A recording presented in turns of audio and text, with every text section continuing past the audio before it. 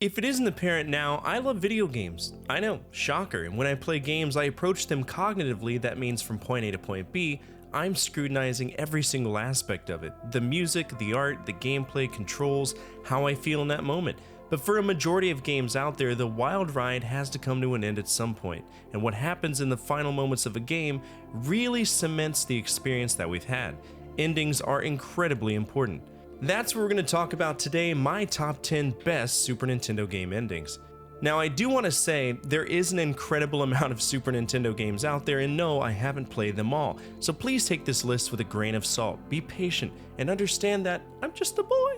Also, spoiler alert, right? Let's use some common sense. I'm discussing game endings, so if you don't want to see the endings, then you should probably avoid this episode. And while some of the games on this list I haven't physically played, I am familiar with them all, right?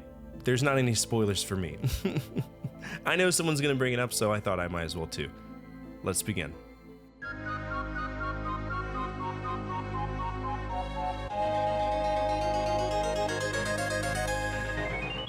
This game has always intrigued me. For years, we knew Mario as a platformer. From the earliest iterations, that's all that he's been outside of a few offshoots. But then two key companies had a wild hair up their ass to do something different.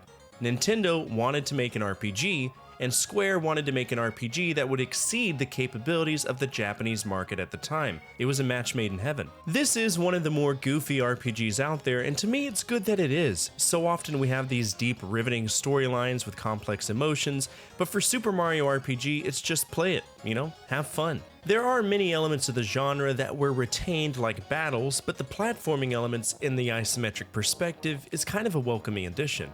It still makes us feel like we're playing a Mario game. The music is badass too. For a long time, an electro swing cover of Gino's Forest was my intro song on Twitch. True story. The game is plot heavy, but to dumb it down, the Star Road is #fucked, right? Because this giant sword manifested from the heavens and broke through the road. Our objective is to recover the 7 pieces of the star fragments to restore Star Road to its glory. The ending involves the restoration of Star Road, and during the end credits we see a nice little parade, and if we bought fireworks along the way, that impacts the ending as well. It's a nice little capstone to a fun little journey.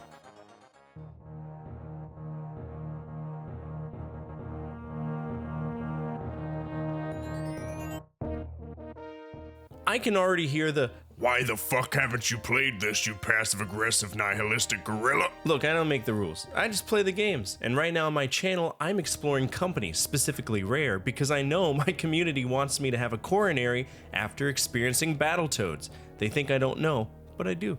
Super Metroid as a game has evaded me for a while, but I've seen so many of my peers play it, and from start to finish, it looks amazing, sounds amazing too.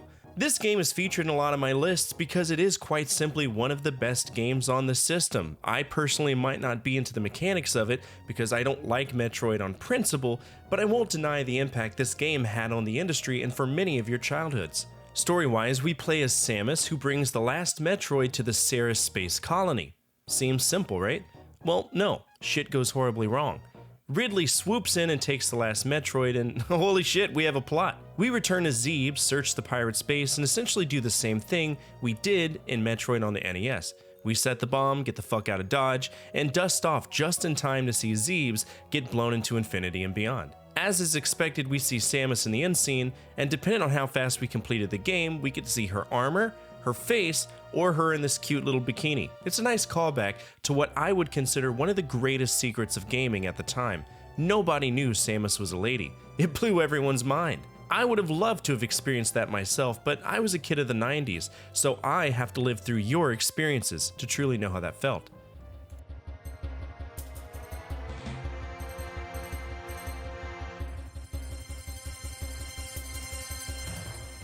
Historically, Contra was the fuck you, get good franchise from Konami. Every company had one.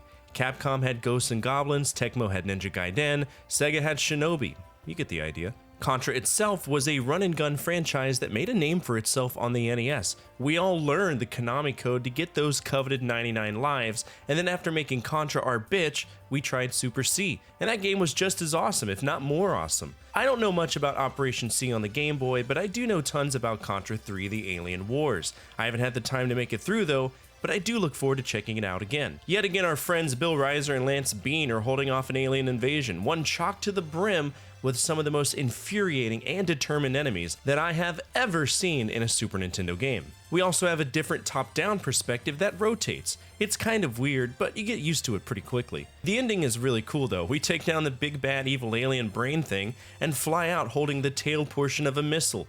A missile! And we get told, way to go, you've conquered the toughest Contra challenge yet. Your heroic deeds have restored peace to a war-torn world. The alien forces have been destroyed by a gaming champion. Your efforts will not be forgotten. It's one of those endings that makes you feel relevant. You're the reason why the planet was saved. Your determination and prowess to contend with overwhelming odds earned you this ending. And Konami is proud of you. And guess what? So am I.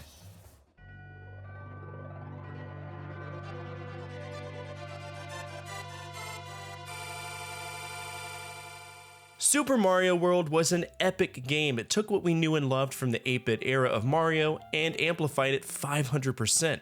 To date, I don't think I've played a better Mario game than Super Mario World, and that's the bitter truth. These 3D games, they don't really do it for me. But with the success of Super Mario World, Nintendo wanted to create another game, especially since they had this fancy new chip known as the Super FX 2 chip, the big brother of the Super FX chip that was used in Star Fox. And what better project to implement it in than a follow-up to the best Mario game that's ever existed. Super Mario World 2 Yoshi's Island is tremendously fun. I absolutely loved playing it. At least I did for 10 minutes. Then baby Mario got involved. By the way, if you're wondering what it's like to be a dad, play Yoshi's Island for about 3 minutes. Then imagine that for the next 18 years of your life, you hear that cry in different pitches as your kids get older. I love the art style in this game, and I loved controlling Yoshi and how he was represented as his own individual character versus some pack mule that carried Mario around. The ending isn't that special, but from an art perspective, I did feel that it stood out. After the events of the game were told, thus, due to the marvelous teamwork of the Yoshi clan, the twins are reunited. The captured stork is freed by Yoshi and sets about his duty and finally makes the long-awaited delivery. Thank you, Yoshi. The twins will meet the parents soon. And we watch as the stork delivers our timeless heroes to their parents in the Mushroom Kingdom. Heroes are born. The end.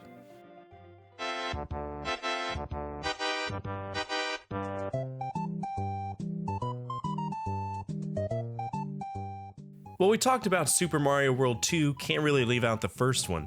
When this game dropped, I obviously didn't have a Super Nintendo, and one of the most important memories of growing up involved me going to my friend's house for sleepovers, where I played this to its completion with my friend. We were stuck in the Forest of Illusion for so long, but when we finally made it to the last area, we were captivated. For the longest time, the only Mario we knew was Mario 3. That's the one my dad owned, that's the one his dad owned, and yeah, this was the next big deal for us. I know many folks won't put mind to the story, but if you do pay attention to it, it's rather simple. After the events of Super Mario Bros. 3, Mario and Luigi are going on a vacation with Princess Peach, when all of a sudden Bowser pops up and kidnaps the princess. Holy fuck! It's a plot that we've seen over and over again, but damn was it fun to experience this as a kid. That final boss fight was so satisfying. At the end, once Bowser's defeated, we hear about how Mario's adventure is over. Mario, the princess, Yoshi, and his friends are gonna take a vacation. They've earned it. As the credits roll, we see the gang walk through the land before arriving back at the Yoshi house. And as is expected with most Mario games, we're told about the rogues gallery of nonsense we encountered along the way. I'm impartial to the amazing Flying Hammer Brother.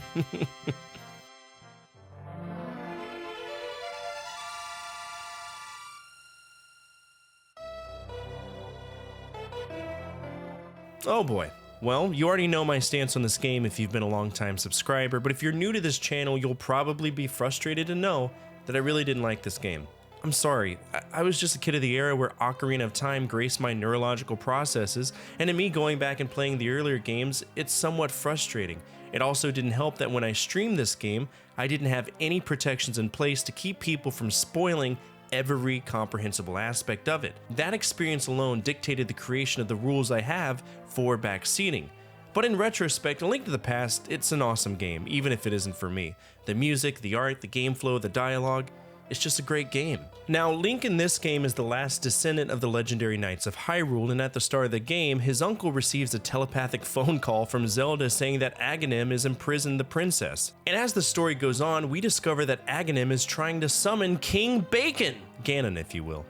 So we go through the light and dark worlds, killing everything with our sword, and eventually send that Boston butt douchebag back to wherever he was napping. When it's all said and done, we walk through an open chamber to see the essence of the Triforce, which begins a lengthy conversation as the outro of the game. After recovering the Triforce, we see tons of vignettes about the folks that we've encountered through the game. The king has returned, the loyal sage is back in his role, Sahasrahla has come back home, and we see most of the characters we've encountered in this version of Hyrule. It's a neat game, but again, it wasn't for me. The ending does do the game justice though.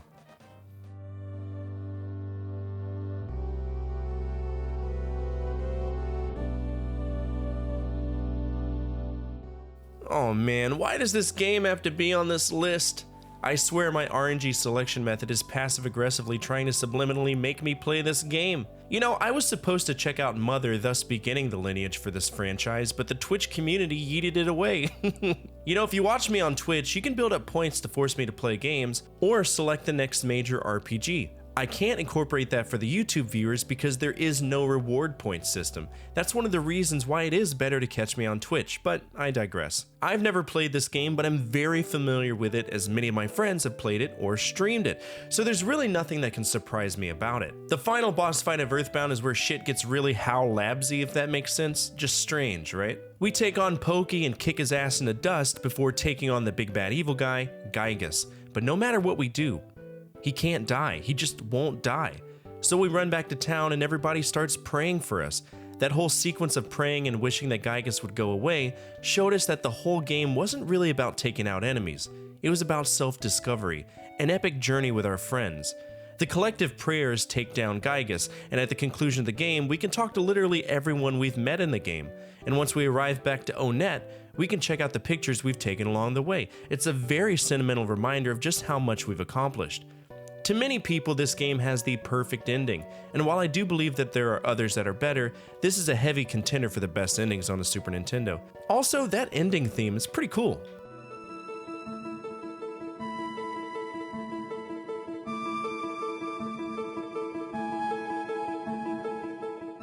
The Super Nintendo was one of the first systems to show the true power of quality storytelling on the Super Nintendo as it aligned with the design philosophy of the Japanese role-playing game. For anyone who hasn't sat down and played a 16-bit JRPG, to me, they are the games that had some of the best music, the best artwork, the best storytelling, and of course, the best endings. That genre showcased how our efforts fundamentally meant something, and that's a wonderful feeling.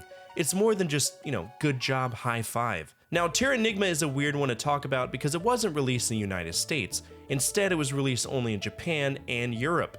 But because I go based off the naming convention of the system, I did include this game. In fact, the only reason we didn't get this game in America was because the Enix branch in America had just shut down. And due to licensing rights, they just didn't release it, which is a shame. I historically love Quintet games. In Terranigma, we play as Ark, who is from the village of Krista.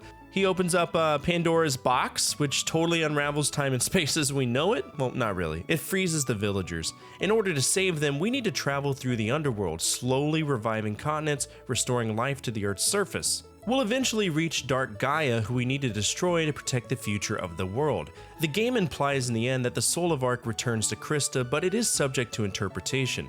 The ending of the game is filled with dialogue, and it showcases the elements and themes of sacrifice, rebirth, and existential purpose.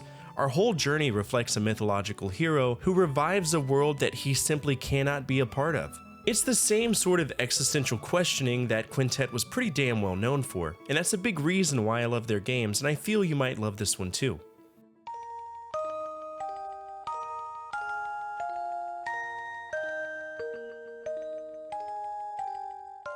If you're a fan of the channel, you already know what the last two games on this list are because to many people, they are the greatest games on the Super Nintendo, and it could be argued that both games are interchangeable or even on par with each other when it comes to the elements that make a perfect game. It ultimately boils down to which Square game you liked, but to me, Chrono Trigger is slightly below the other one, and again, you might disagree, and you could be right.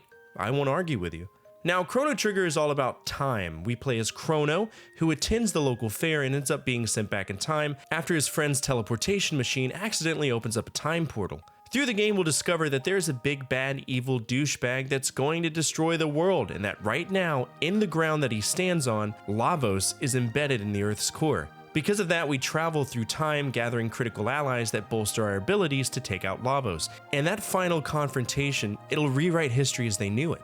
There are countless endings, I do mean countless, like 12 to be exact, and they all have their own requirements on how to get them. Many of them involve defeating Lavos in a specific time period, and these endings are an example of why Square was so impressive to me during the 16-bit era, especially with their RPGs. As consumers, it gives us something known as agency. What the fuck is that? Well, it's a sociological term that refers to our individual capacities to make independent choices and take actions that shape our lives. This is applicable to the decision that you make as Chrono. It allows for that mental investment and it offers replayability. These endings are not simple changes, they are deeply rewarding conclusions, and it weaves in the idea of fate and friendship. It showed us that our destiny, it can be changed. We carry the weight of saving the world, and if we don't, we're shown exactly what happens. And that's daunting.